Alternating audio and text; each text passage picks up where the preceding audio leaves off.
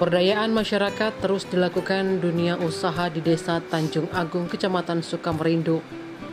Salah satunya yang diberikan oleh Bank Rakyat Indonesia atau BRI. Melalui program CSR Klaster Kopi, dilakukan pendampingan dan bantuan permodalan untuk petani di Desa Tanjung Agung, Kecamatan Sukamerindu, Kabupaten Lahat. Tidak hanya bantuan permodalan saja, juga bantuan berupa alat pertanian untuk mendukung operasional petani dalam merawat tanamannya, yakni berupa alat semprot sebanyak 28 unit yang diserahkan kepada kelompok tani di Desa Tanjung Agung yang berjumlah sekitar 28 petani.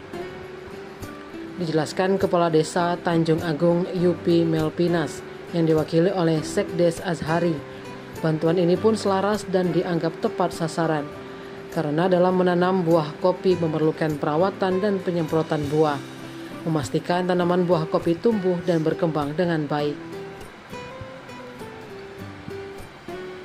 Alat semprot yang canggih mudah digunakan sehingga akan memberikan kemudahan kepada petani.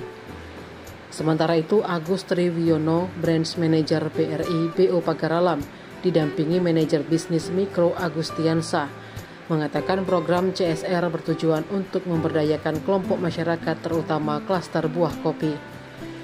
Diharapkan bantuan ini bisa mengembangkan kelompok usaha sehingga mampu memproduksi lebih banyak dan lebih baik. Ketua kelompok klaster kopi unggulan tahun 2024, Nunuk Mufida, sangat berterima kasih atas bantuan yang diberikan Bank BRI Pagar Alam. Tim Liputan Sumsel Update TV melaporkan.